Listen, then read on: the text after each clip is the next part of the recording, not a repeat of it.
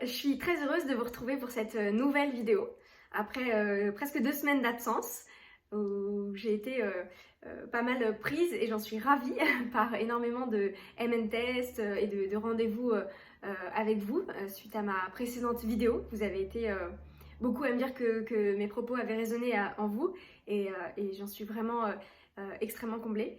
Et aujourd'hui, du coup, je voudrais aborder peut-être le sujet qui est revenu pas dans l'intégralité de mes coachings, mais dans énormément de rendez-vous avec vous. C'était ok, maintenant que je sais ce qui m'anime, maintenant que j'ai vraiment identifié mes talents, bah, j'ai peur. En fait, j'ai peur de me lancer. Et la peur principale, c'est la peur financière. Clairement, on a souvent grandi en fait dans un confort et on a du mal à se dire c'est possible en fait de s'en sortir par nous-mêmes.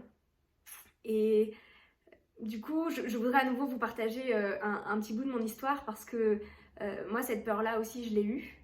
Et voilà ce que j'ai utilisé pour, voilà, comme moyen pour la surmonter. Déjà, j'ai la chance d'être née dans une famille où on a grandi, en tout cas avec pas énormément de moyens matériels, mais beaucoup d'amour, beaucoup de joie. Mes parents étaient toujours, il y avait toujours du monde à la maison.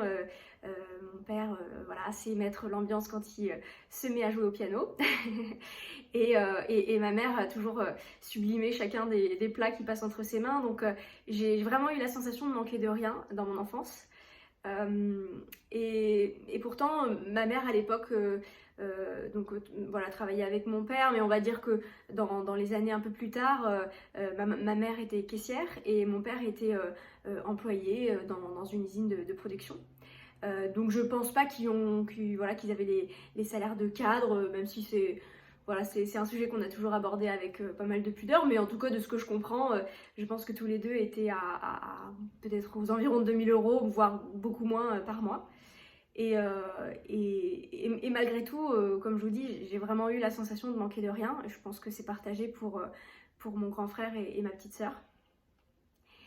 Et surtout, ils nous ont appris quelque chose en fait, c'est que après, il faut savoir gérer ce qu'on a. Et donc ma mère avait l'habitude de faire un tableau Excel assez strict sur les dépenses de la famille et elle nous a inculqué ça, de suivre ça, et du coup je l'ai un petit peu peaufiné à ma sauce aujourd'hui, mais je sais exactement où vont mes dépenses, ce que je gagne et ce que je dois gagner en fait pour pouvoir survivre par mois. Aujourd'hui, pour être complètement transparente avec vous, en termes de frais fixes plus ce que j'ai besoin pour vivre, et dans besoin j'entends aussi qu'on ait une femme de ménage, qu'on ait du temps pour nous, donc j'essaye d'aller à Paris une fois par mois, j'essaye de prendre du temps pour me faire un massage une fois par mois, de m'acheter des livres qui m'inspirent. Donc je l'englobe dans des frais fixes parce que pour moi ça fait partie des besoins essentiels, comme se loger et avoir la wifi. Et du coup, moi au global aujourd'hui j'ai besoin de 1500 € par mois pour vivre bien. En tout cas répondre à l'ensemble de mes besoins. J'ai la chance d'être accompagnée par mon conjoint, donc il y a beaucoup de frais aujourd'hui fixes qu'on peut partager. Et puis on a une fille donc de 18 mois qui est à notre charge, donc il y a aussi des frais qui vont avec. Mais c'est vrai que quand on voit les choses comme ça, en se disant ok, j'ai besoin de 1500 € pour vivre et combler mes besoins essentiels, ça fait un peu relâcher la pression en fait. Parce que aujourd'hui, moi j'habite sur Lyon, on a un bel appartement de 60 mètres carrés, on a une voiture en leasing très sympa. On part en vacances, alors avec le Covid ça a été compliqué, mais en tout cas on essaye de partir en voyage une fois par an. Je pense qu'on a une vie qui est à peu près au même critère d'énormément de gens, en tout cas énormément de gens que j'accompagne aussi. Et quand on voit les choses comme ça, en se disant 1500 €, du coup est-ce que c'est vraiment aussi compliqué que ça de trouver une activité dans laquelle on arrive à va dire, avoir un revenu de 1500 euros. Ou en tout cas, si on ne peut pas tout de suite vivre de son activité, est-ce que c'est vraiment difficile de trouver une activité complémentaire qui permettrait de répondre à ce besoin de 1500 euros par mois? Je vous propose de réfléchir à ça dans ce sens-là. En tout cas, de vous poser la question, vous, qu'est-ce que vous avez besoin pour vivre bien, répondre à l'ensemble de vos besoins essentiels? Et est-ce que du coup, la réponse à financièrement, je peux pas, est-ce qu'elle est toujours aussi valable pour vous?